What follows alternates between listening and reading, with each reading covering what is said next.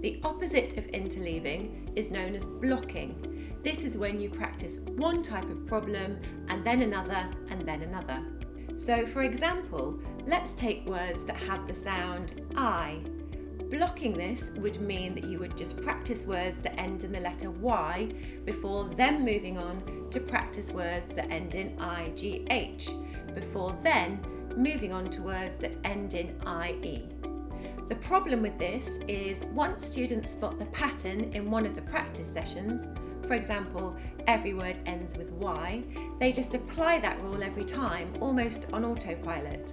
They aren't prompted to think hard. This also gives the illusion of learning, as they may do well in their spelling tests, but the risk is they won't remember very much later in the future. With interleaving, we mix up the type of spelling within the same session. This means within any given spelling test, they have to really think about the spelling of each word. This makes them much more likely to remember it in the future. Researchers call this discrimination learning.